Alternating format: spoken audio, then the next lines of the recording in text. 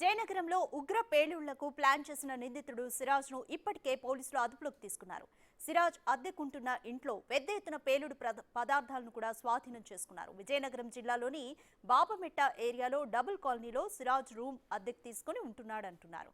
అయితే రాత్రి సమయంలో కొండ ప్రాంతంలో ఒంటరిగా తిరిగేవాడని చెప్తున్నారు. కొండపై నుంచి వచ్చి పాన్ షాప్లలో గుట్కా కొనుగోలు చేసేవాడని అంటున్నారు. ఇక దీనిపై మరింత సమాచారం మా ప్రతినిధి శివశంకర్ అందిస్తారు.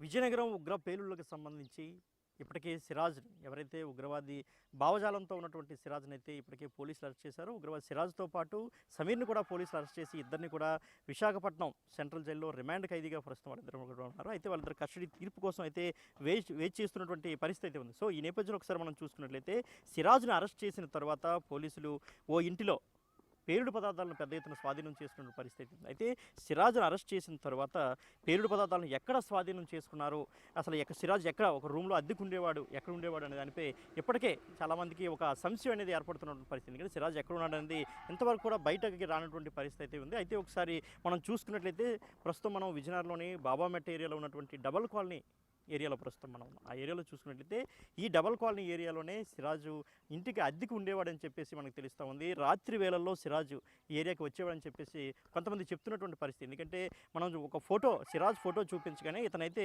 ఇటుపక్కే రాత్రిలో వచ్చేవాడు. సుమారు రాత్రి 8-9 గంటల సమయంలో ఈ ఏరియాలో సిరాజ్ తిరిగేవాడని వాళ్ళందరూ కూడా చెప్తున్నటువంటి పరిస్థితి అయితే ఉంది. మొత్తం మనం చూసుకోవచ్చు. ఏదైతే ఇక్కడ మనకి విజువల్స్ చూపిస్తున్నాం ఈ ఏరియాలోనే సిరాజు అద్దెకున్నట్టు మనకు తెలుస్తోంది. ఇక్కడే మనం చూసుకోవచ్చు కస్తూర్బా గాంధీ విద్యాలయం కూడా ఇక్కడే ఉంది. ఏదైతే ఈ కస్తూర్బా గాంధీ విద్యాలయం దాటిన తరువాత మనం చూసుకున్నట్లయితే మొత్తం అంతా కూడా ఈ యొక్క కొండలు ఉన్నటువంటి ప్రదేశం. ఎందుకంటే అటు సైడ్ మనం వెళ్ళినట్లయితే ఇప్పుడు నేను చూపిస్తున్నటువంటి ఈ కొండలు ఏవైతే ఉన్నాయో దానికి అవతల వైపు విద్యుత్ స్టేడియం ఉంటుంది. ఆ విద్యుత్ స్టేడియంకి వెళ్ళి అలవాటు సిరాజ్కి ఉండే డైలీ అటు. ఎందుకంటే ఉగ్రవాద భావజాలం ఉండేవాళ్ళు చాలా ఫిట్గా ఉండాలి కాబట్టి ఫిట్నెస్ కోసం డైలీ ఆయన విద్యుత్ స్టేడియంకి వాకింగ్ అని రన్నింగ్ అని అక్కడికి వెళ్ళేవాడు, కొంత ఎక్సర్సైజ్ కూడా చేసుకునేవాడని కూడా మనకు తెలుస్తూ ఉంది. ఏదైతే ఈ చివర మనకి రోడ్డు కనిపిస్తూ ఉందో ఈ లోపలికి వెళ్ళిపోతే ఇంకా ఊరు అనేది లేదు. జస్ట్ ఈ హాస్టల్ ఈ మొత్తం మనకి కస్తూర్బా గాంధీ బాలిక విద్యాలయంతో క్లోజ్ అయిపోతుంది, ఎండ్ అయిపోతుంది. అక్కడి నుంచి అంతా కూడా మొత్తం కొండలు ఉన్నటువంటి ఏరియా.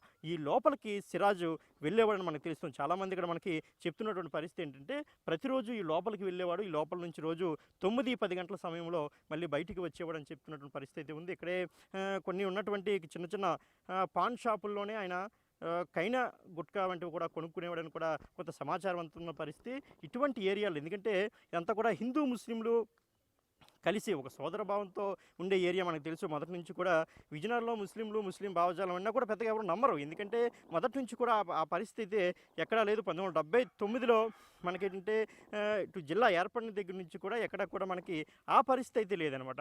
సో అందువల్ల ఏంటంటే ఎవరు కూడా పెద్దగా పట్టించుకునే పరిస్థితి, ఎవరైనా వచ్చినా కానీ పెద్ద కొత్త వాళ్ళు వచ్చినా కానీ పట్టించుకునే పరిస్థితి. ఎందుకంటే ఎవరో వస్తున్నారు, ఏదో తన పని తాను చేసుకుపోతున్నారు అనే ఒక భావంతో ఇక్కడ ఉండేటువంటి ప్రజలు. కానీ సిరాజు ఇంత పని చేస్తాడు, ఒక ఉగ్ర పేలుళ్ళకి సంబంధించి ఇక్కడే బాంబులు తయారు చేస్తున్న సంగతి అయితే ఎవరికి తెలియని పరిస్థితి. ఇక్కడే ఈ ఏరియాలోనే మనం చూస్తున్నటువంటి ఏదైతే ఈ చిన్న ఇల్లు ఉన్నటువంటి పరిస్థితి అంతా కూడా. ఎందుకంటే ముస్లింలు హిందువులు అందరూ కూడా కలిసికట్టుగా ఒక నిరుపేద కుటుంబాలు ఎక్కువగా ఉన్నటువంటి ఈ డబల్ కాలనీలోనే ఆయన ఒక రూమ్ అద్దెకి తీసుకుని ఉన్నటువంటి పరిస్థితి. ఇక్కడే మొత్తం అటు పేలుడు పదార్థాలకు సంబంధించి పెద్ద ఎత్తున పోలీసులు కూడా స్వాధీనం చేస్తున్నట్టు ఇప్పటికే చెప్పినటువంటి పరిస్థితి. అటు అమ్మోనియం నైట్రేట్ కావచ్చు, సల్ఫర్ నైట్రేట్ కావచ్చు, ఐఈడి బాంబులకు కావాల్సినటువంటి పదార్థాలు కావచ్చు, మొత్తం సామగ్రి అంతా కూడా తన రూమ్లో పెద్ద ఎత్తున ఆయన ఆన్లైన్ ద్వారా ఆర్డర్ చేసుకుని రూమ్లో పెద్ద ఎత్తున పెట్టుకున్నటువంటి పరిస్థితి ఉంది. దాన్ని సిరాజ్తో ఉన్నట్టే అంటే సిరాజ్ దొరికిన తర్వాత పోలీసుల విచారణలో ఆ ఇంటికి వెళ్ళి మొత్తం అన్నీ కూడా స్వాధీనం చేసుకున్న పరిస్థితి. అయితే రూము అనేది ప్రస్తుతానికి పలానా రూమ్ అని మనం చెప్పలేకపోతున్నప్పుడు కానీ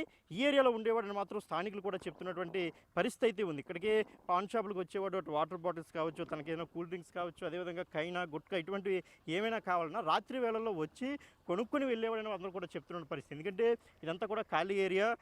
అంటే తన సహచర ఉగ్రవాదులు సమీర్ కావచ్చు, మిగతా తన ఇన్స్టాగ్రామ్ గ్రూపుల్లో ఉన్నటువంటి మిగతా 12 మంది వారు కావచ్చు, అదేవిధంగా సౌదీ అరేబియాలో ఉన్నటువంటి తన హ్యాండ్లర్కి సంబంధించినటువంటి నాయకులు కావచ్చు, వీళ్ళందరితో కూడా తను సంభాషించుకోవడానికి కావచ్చు, అదేవిధంగా బాంబుల తయారీ పద్ధతి గురించి కావచ్చు, ఇదంతా మొత్తం తను తెలుసుకోవాలంటే ఈ లోపలికి వెళ్ళి ఫోన్లు తరచుగా మాట్లాడేవాడు, చాలా ఎక్కువగా ఈ లోపలికే వెళ్ళేవాడి నుంచి కూడా తెలుస్తున్నటువంటి పరిస్థితి ఉంది. సో అంటే ఈ విజయనగరంలో మొత్తం 4 ప్రాంతాల్లో పెళ్ళిళ్ళకి ఆయన పాల్పడినటువంటి పరిస్థితి ఇప్పటివరకు మనం చూసాం. మొత్తం 4 ఏరియాల్లో అటు బాబామెట్ట ప్రాంతం కావచ్చు, రైల్వే స్టేషన్ కావచ్చు, అంబటిసత్రం ఏరియా కావచ్చు, మొత్తం 4 అటు రింగ్ రోడ్ 4 ప్రాంతాల్లో కూడా పెద్ద ఎత్తున టిఫిన్ బాక్సుల ద్వారా బాంబులు పెట్టడానికి ప్రయత్నించిన పరిస్థితి ఉంది. కానీ పోలీసులు ఛేదించడం వల్ల మొత్తం ఇదంతా కూడా బాంబులు నిర్వీర్యం చేయడం జరిగింది. మొత్తం ఎంత అంటే తన ప్లాన్ అంతా కూడా పోలీసులు భగ్నం చేశారని కూడా మనం చెప్పవచ్చు. ప్రస్తుతం అంటే పరిస్థితి అలా ఉంది. ఏదైతే చూసుకోవచ్చు మనం